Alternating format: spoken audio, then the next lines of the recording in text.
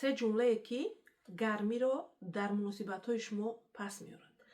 اگر در مناسبت‌های شما خنکی پیدا شده است، پس این ویدیو رو حتما تا آخرش ببین، حفظ کن و با دوگانت هم فرست.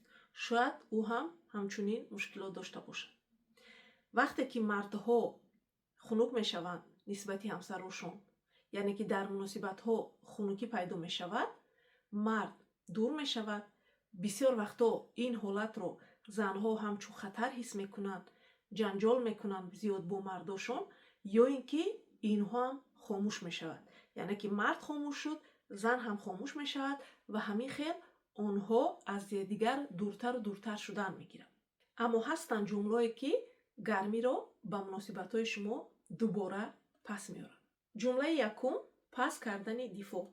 من حاضر جنگ نمیخواهم.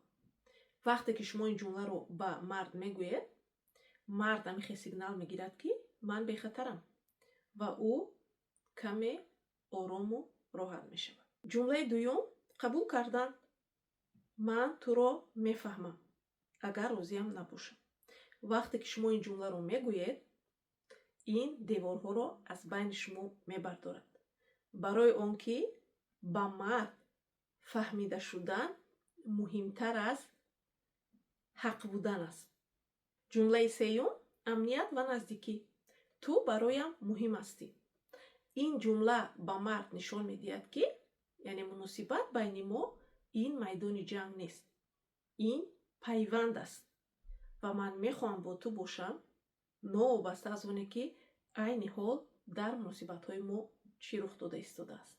این رو در یاد داشته باش که گرمی در مناسبت‌ها با جنگ و جنجال بر نمیگردد. تنها با آرامی و با صحبت کردن برمیگردد. اگر میخوای درباره پسیخولوژی مردها بیشتر معلومات داشته باشی، پس با کلوب زنانه من همراه شو. در آنجا می‌آموزیم چگونه مناسبت‌های گرم و صمیمی با مردان بسازیم. لایک و پادپیسکا رو فراموش نکن.